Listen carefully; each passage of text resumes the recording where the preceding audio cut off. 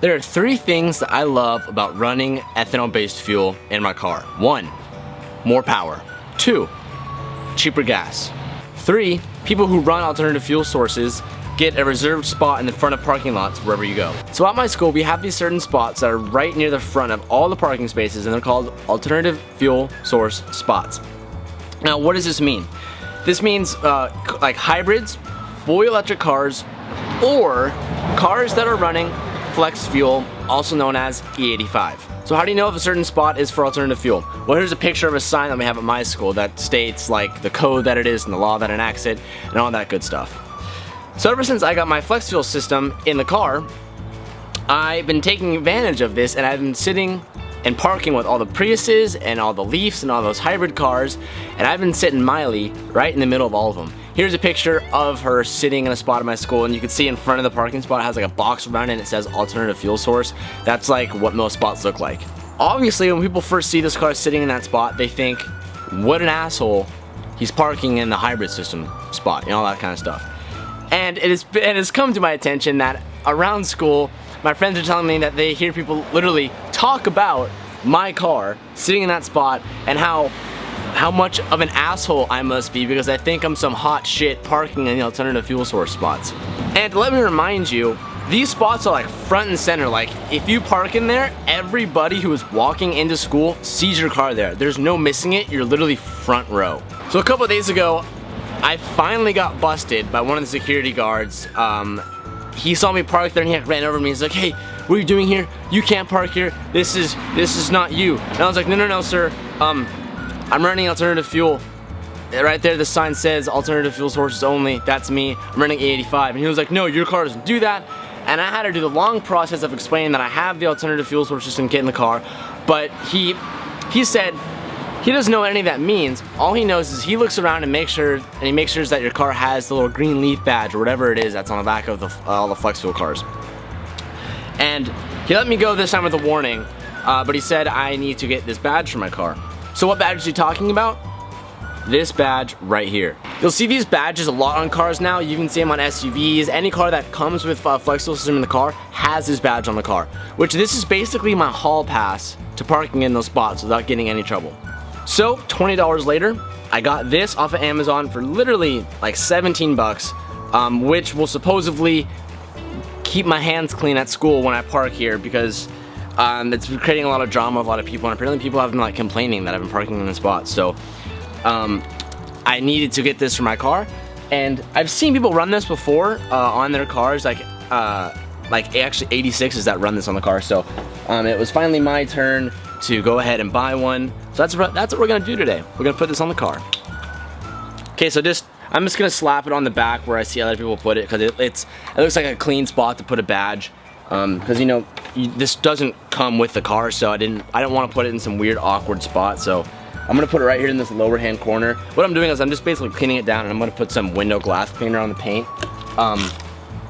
That's just to make sure it's all dust free and all that type of stuff. Please nobody comment who is like those paint freaks out there that say, oh, you should have waxed it before putting this on here. No, it's literally just a not cotton, a little squishy pad sticker. It will do just fine. So while this may not be the most cleanest looking badge out there, it's gonna keep me out of trouble, and I don't know, I guess it kind of looks kind of cool, I guess, right? But anyways, here's the final product. This is what it's gonna look like now. So now my car is gonna be rocking the flex fuel badge on the back of the car. And since we're on the topic of E85 and you guys have so many questions about it, let's take it up to my room, and I'm gonna finally try and explain to everybody what E85 actually is and all the science behind it. So let's go. Okay, so I'm gonna do my best to address and answer a lot of the questions people ask between E85, flex fuel, and all that type of stuff. So the first question I wanna address is, what am I using on my car and how can I get it on my FRS or BRZ? I'm using the Delicious Tunings Flex Fuel Kit. I'll put the link below, and it's the Delicious Tunings store. You can see the kit and tune all that type of stuff. If you want it for your BRZ, that's where you can get it, and that's what I'm running in my car. When a car says Flex Fuel System, it basically just means, I'm gonna read this off the internet so I don't screw it up. Basically means the FlexFuel informs the ECU through the unique sensors and electronics added to the vehicle to measure the actual content of ethanol. Knowing the content allows the ECU to determine proper startup enrichment, fueling, timing, boost control, and cam control.